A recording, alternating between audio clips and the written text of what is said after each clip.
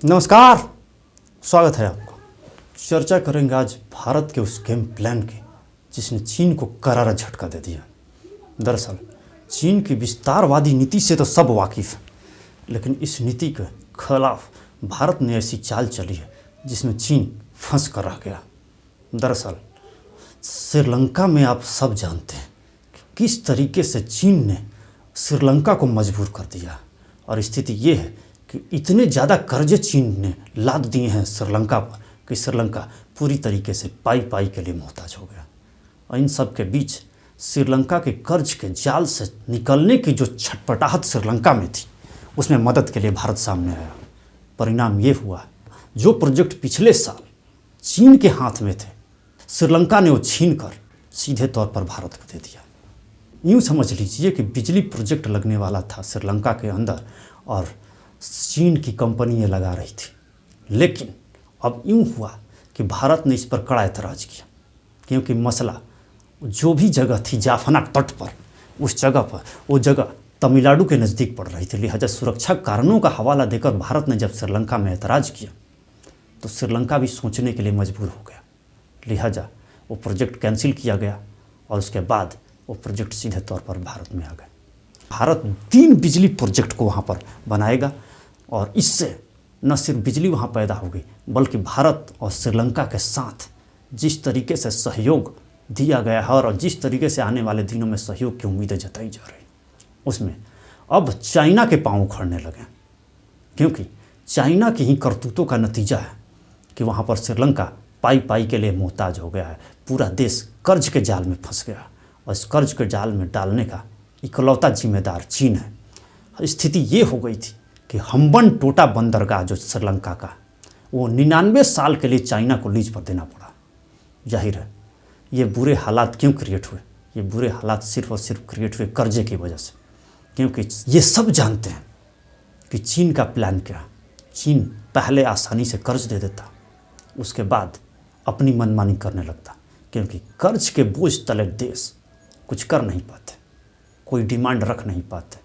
लिहाजा उनकी ज़मीन का इस्तेमाल करने लगता है, उनके प्रोजेक्ट का इस्तेमाल करने लगता है और अपने हिसाब से चलाने की कोशिश उस देश को करने लगता है।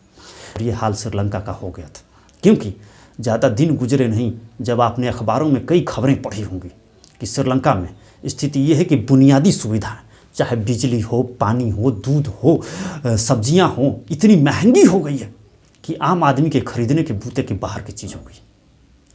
एक मामूली से यूँ समझ लीजिए कि 500 रुपये में आधा लीटर दूध मिल रहा हो और स्थिति ये आ गई हो कि वहाँ पर पेट्रोल पंप है, वहाँ पर सेना तैनात करनी पड़ी हो, क्योंकि हालात बेकाबू हो गए हों।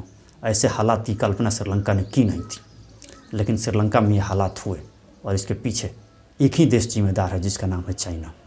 लिहाजा चाइना के कर्ज के जाल से अब मुक्त होने के लिए पूरी तरीके से रणनीति बनाने में जुट गया है श्रीलंका, और इसके साथ ही भारत उसको मदद देने के लिए तैयार है। लिहाजा ये समझ लीजिए कि भारत चाहता है कि हर हाल में पड़ोसी श्रीलंका न सिर्फ कर्जों के जाल से उबर जाए, बल्कि अपने पुराने दिनों में लौटे। जाहिर है श्रीलंका की गवर्नमेंट भारत के कोऑपरेशन को समझ रही है और चीन के चाल को भी समझ रही है। लिहाजा उनका अब झुकाव भारत की तरफ बढ़ा है, क्योंकि वो समझने लगे हैं कि हकीकत क्या। प्रधानमंत्री मोदी ने जो कहा उसमें साफ है कि उनके एजेंडे में इस वक्त जो भी क्षेत्रीय देश यानी आसपास के मुल्क, उनके साथ सहयोग बढ़ाने की प्लानिंग चल रही है भारत।